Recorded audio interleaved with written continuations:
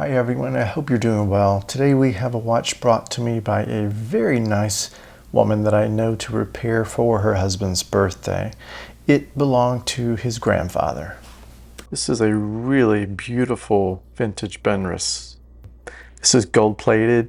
I see some wear in the plating I'm a little concerned about, so I'm not going to polish it.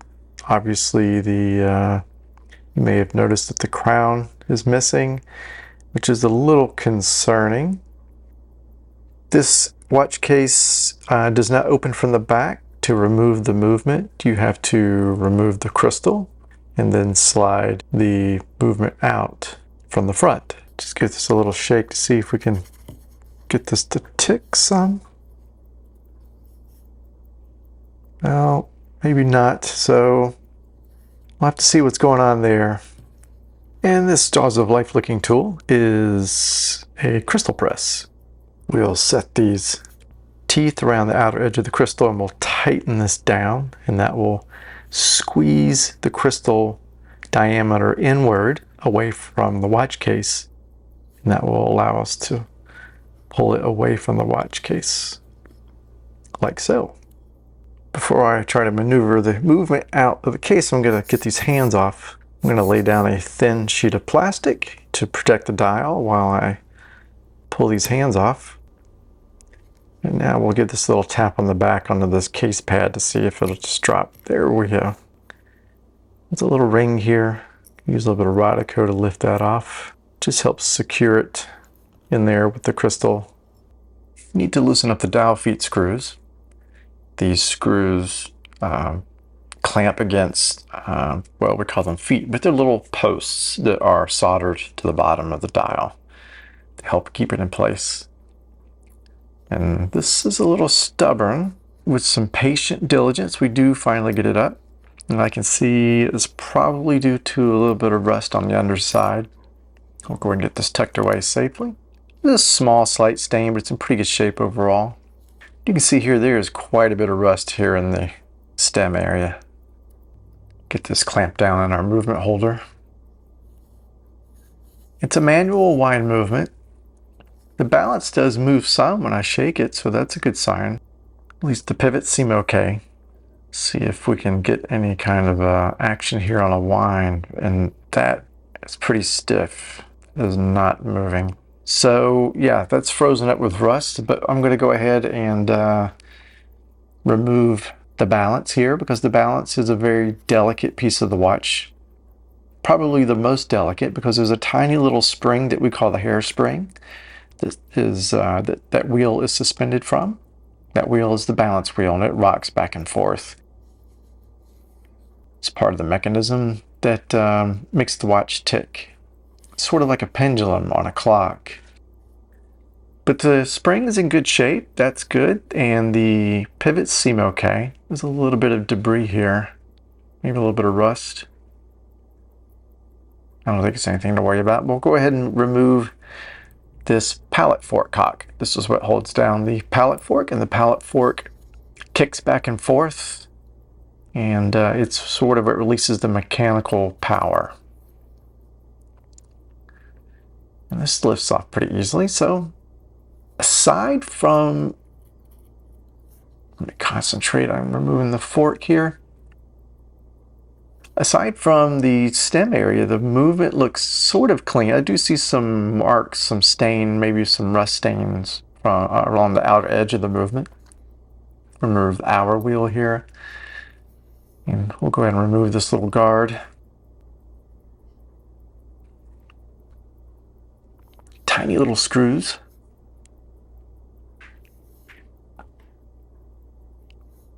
And our minute wheel. And this has not the usual friction fit cannon pinion, but one of those that slides into a wheel.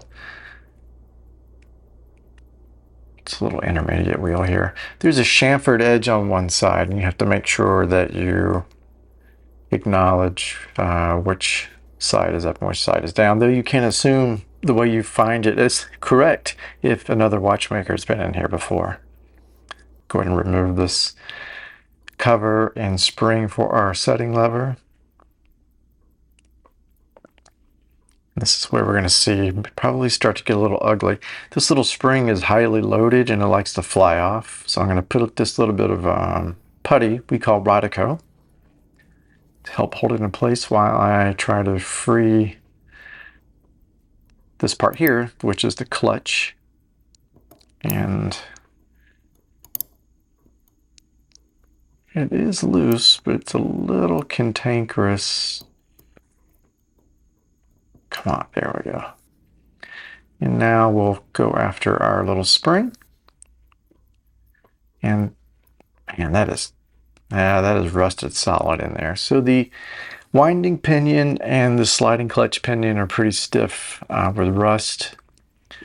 Anyway, we'll flip this back over to the train of wheels side and see what we can get apart here.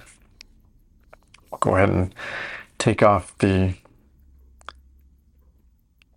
No, I thought I could get the setting lever screw loose, but it is not budging. Man, that is just not budging.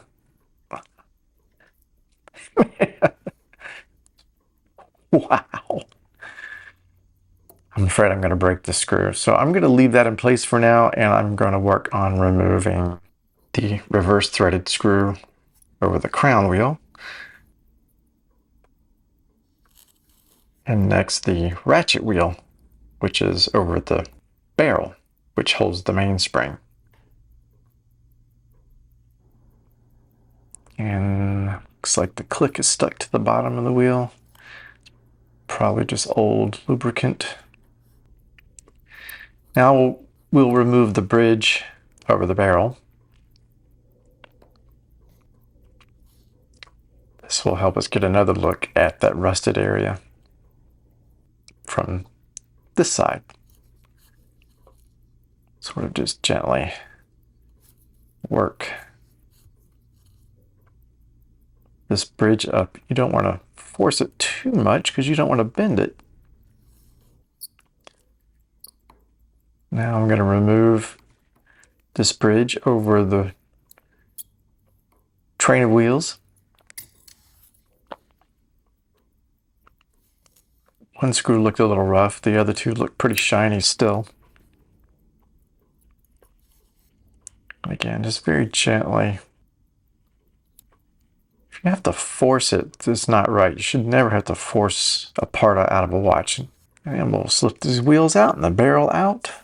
The mainspring is inside the barrel. That's what you're winding when you twist the crown. And yeah, that is... So concerning. See if I can work some rust remover or some penetrating oil to see what we can do with those parts. Here's a look at the parts waiting to be cleaned. I'll clean those in a non-water process using an ultrasonic cleaner. I use isopropyl alcohol and 99.9% isopropyl alcohol to rinse. One thing I've noticed, this little ring, it actually goes inside the crown wheel. It's easy to lose because sometimes, you know, it sticks inside here. That's where it sits. And sometimes it will stick onto the bridge here. And if you don't note it, it's easy to get lost during the cleaning process. Don't ask me how I know this. Here's a really close look at that rusted area. That's the sliding pinion there. You can see it on the stem and the winding pinion there, and the setting lever screw. And I did get the pinions to move, but that setting lever screw is just not budging. Inside of the case, it's a little hard to make out, and even if you can make it out, it doesn't mean that you can make any sense out of it. These are marks from a previous watchmaker. So the watch did see service at some point by someone. Okay, I've run this main plate and actually the bridges and cocks through the cleaning process, but now I have the smaller parts. And while that's going on, I'm going to try and clean up this really rusted area with this fiberglass brush. I think I'm just going to try and get this operable without removing. Now this took a while, so I'm going to fast forward through this till we get to the more interesting parts. So I'm going to fit the ballets into the main plate here because it's the safest way to clean it. That hairspring is just very, very delicate. and this just helps prevent any damage. You know, not only is that tiny little hairspring delicate, there's a tiny jewel in the balance assembly. It's called the impact jewel, and it's held in place with shellac, and you can dissolve that accidentally during cleaning. I like to keep the wheel moving while I'm tightening. That way I know that, well, if it stops moving, there's a problem. So just a little extra caution there.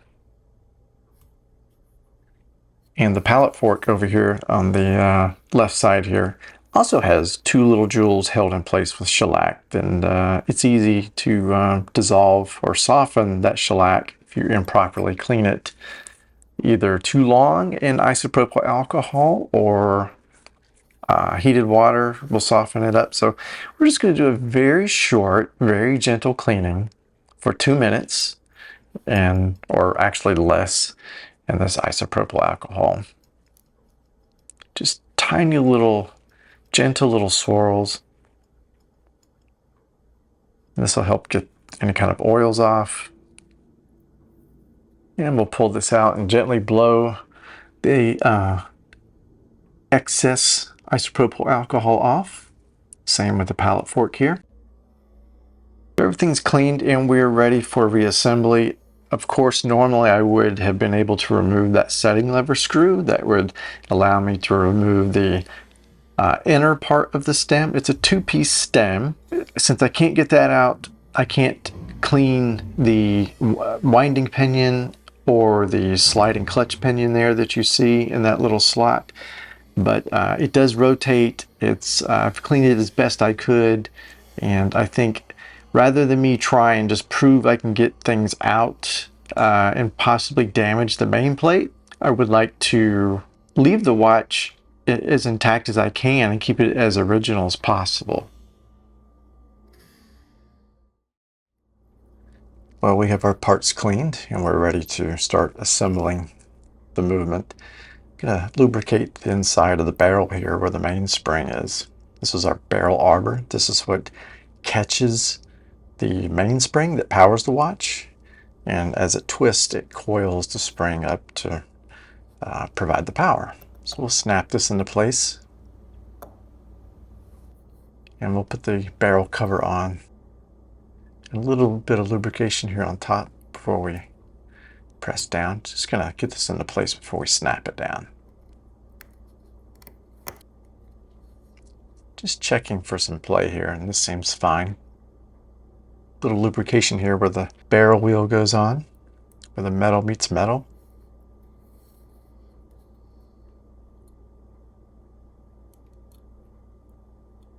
This funky wheel is known as the escape wheel.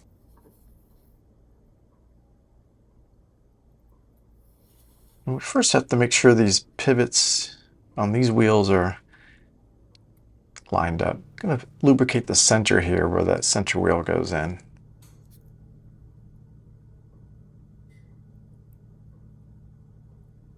If we don't get the pivots lined up on this side, then it's almost impossible to get the bridge on. And now we're just lining up the bridge to see if we can get it as close as we can. Just manipulating things here. Sometimes they'll just fall into place, but this one's going to take a little work. We'll nudge the wheels a little. We'll move the bridge around a little. I'm just going to soft set the screws on this bridge. That'll kind of help hold the wheels kind of in place while I move them around to get them perfectly in place. Key is you don't want to get it too tight, but you want to get it tight enough to where the pivots will find the jewel holes. And you see that escape wheel spinning around? That's what we're looking for. So now we can tighten this down. Now, I'm not going to really wrench it down just yet. I like to check it as I go.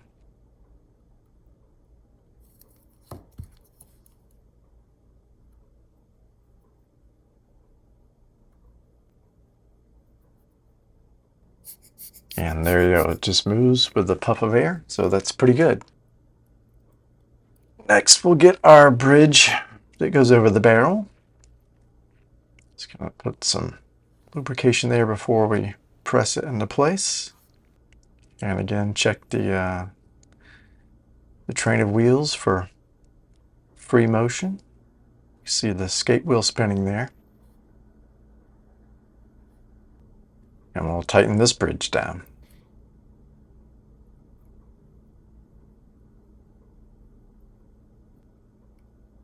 Just checking one last time before tightening these down all the way.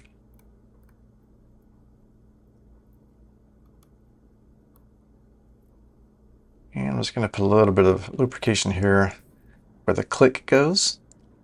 This is what allows it to wind. It's that ratcheting sound that you hear when you wind the watch up. And the spring here provides the tension to prevent the ratchet wheel from going backward. I'm just going to put a little lubrication on this post.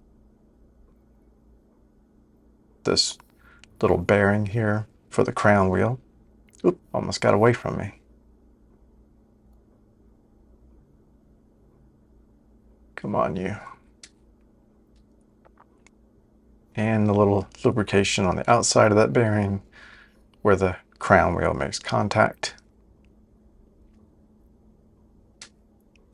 And we'll get these screws in here. First the ratchet wheel. And now this reverse threaded screw that goes on to the crown wheel here. To tighten it, you go in the reverse direction. Sometimes you'll see me start in the opposite direction just to kind of make sure the screw is seated okay. If it doesn't feel right, I'll often go in the reverse direction, just like a quarter turn. This is the pallet fork. Again, it has a tiny little pivot. I'm going to give it a tap here to see if we can get it. I think it's in. So now we can try and fit our pallet fork cock over these posts. Line it up with the pivot. Make sure that it's swinging freely. Checking again, make sure it's not bound up. I'll just tighten up a little bit here. Check it again. All right. I'm going to put in some wine so that we have some tension against the pallet fork. And we're going to use this special, it says grease, but it's really kind of a filmy oil. I'm reaching in here and just putting a very tiny layer on the front faces of those jewels in there. And then I'm rotating or oscillating the pallet fork to rotate the escape wheel to spread the lubrication around. So we do this until all the teeth are lubricated on that escape wheel. And now we're ready to get the balance in here. And you have to line up the impact jewel just so with the pallet fork so that it's not overbanked.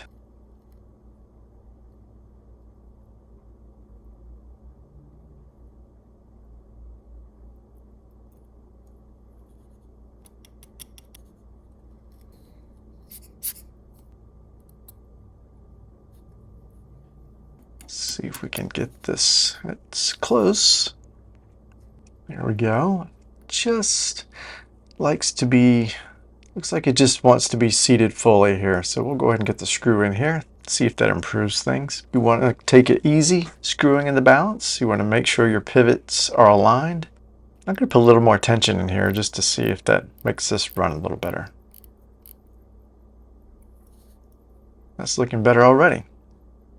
So these purplish pinkish stones are synthetic rubies, and they're the kind of ideal low friction surface for those steel pivots on those wheels.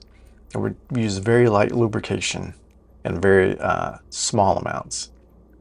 So next we'll see if we can work this shock setting free. It's a little spring, but first it has to rotate so that it'll flip up. Very delicate. I'm going to use a little piece of wood here I've fashioned to kind of help me out a little bit and see if, there we go. It's a little reluctant to come up was worried about bending it, but looks like it was just needed a little bit of coaxing. Next, we'll use this Radico to remove the jewel setting. Part of it got away here. Luckily, it didn't go too far. So we'll get this cleaned and dried, and next we'll lubricate. With the tiniest little drop of oil, I generally aim for about 2/3 of that surface. Really, too little is better than too much. And the tension of the oil will actually, or cohesion, will keep these two pieces together. And now I can just kind of manipulate this back into the setting and work on closing this spring back up. Again, it's a little resistant. I don't want to damage it. I feel like maybe the piece is just a little larger than it should be. Twist this back so that it's secured. The last thing you want is this to not be secured and that flip open and that little jewel float around loose in the case. And we'll flip this over and get the jewels on this side as well.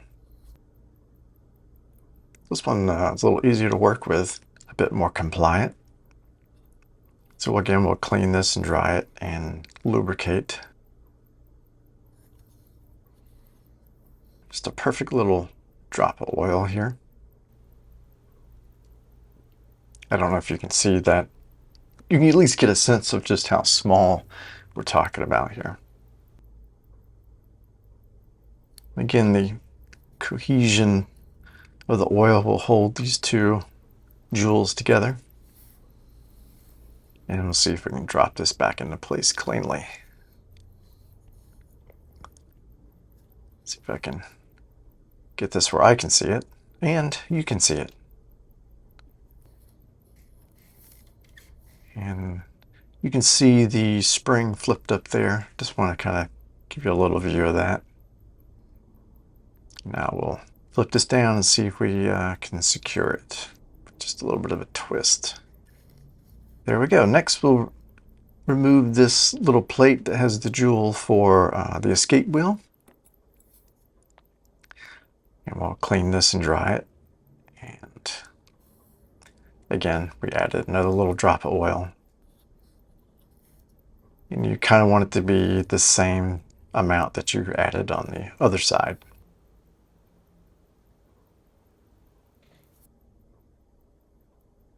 Coax this back.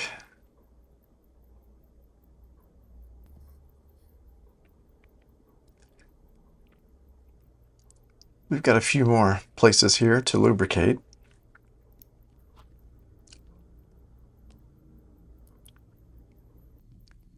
Some heavier grease here on the sliding clutch pinion. This is where the clutch goes in. And this is the clutch that we're going to slide into place. It's got a little bit of rust. You'll see this was heavily rusted, and to remove it completely would have required a lot of material removal, which I didn't feel was the right way to go. So I cleaned it up pretty well though. And next we'll get our yoke spring in here.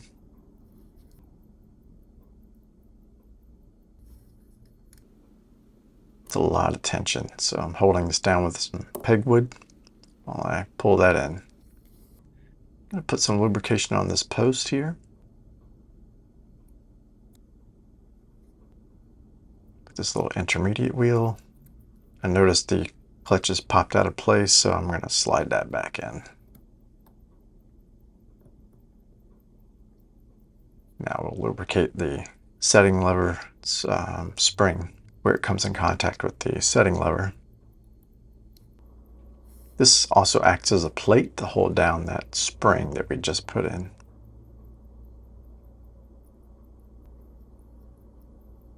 Check the alignment here, make sure it's in there.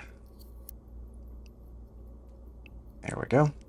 And we'll oil that pivot and a little bit there on that drive wheel. It's actually a two-piece wheel that needs a little bit of lubrication and a groove between the two pieces.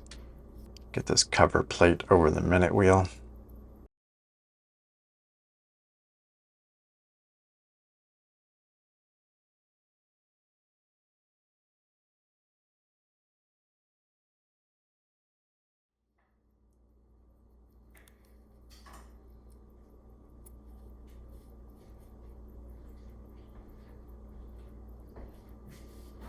Just checking to make sure this feels okay. And this is the hour wheel, which means we're ready ready for the dial. First we have to loosen these dial feet screws. There are two. And we'll present the dial.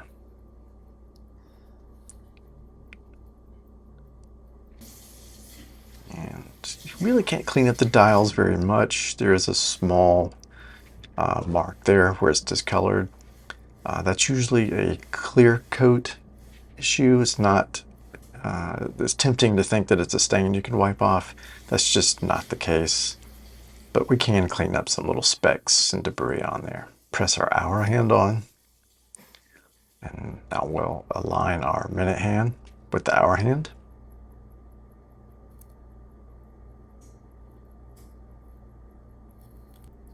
We'll check to make sure there's no alignment issues, make sure that the hands don't collide with each other. And now we can put our seconds hand on. Just a very light touch.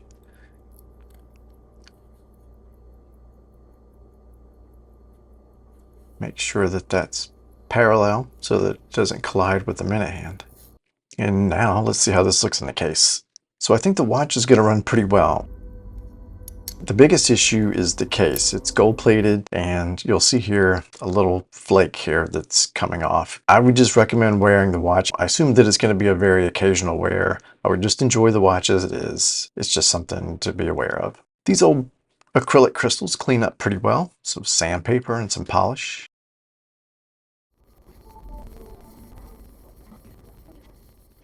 Gonna do just one more little round of cleanup just to make sure that some of these areas that I see aren't permanent. Now we'll get our crystal on here, get a better sense of how this watch is going to present. And that's where we are. I've got some parts on the way for the rest of the stem and the crown and a strap. And I think it looks fantastic.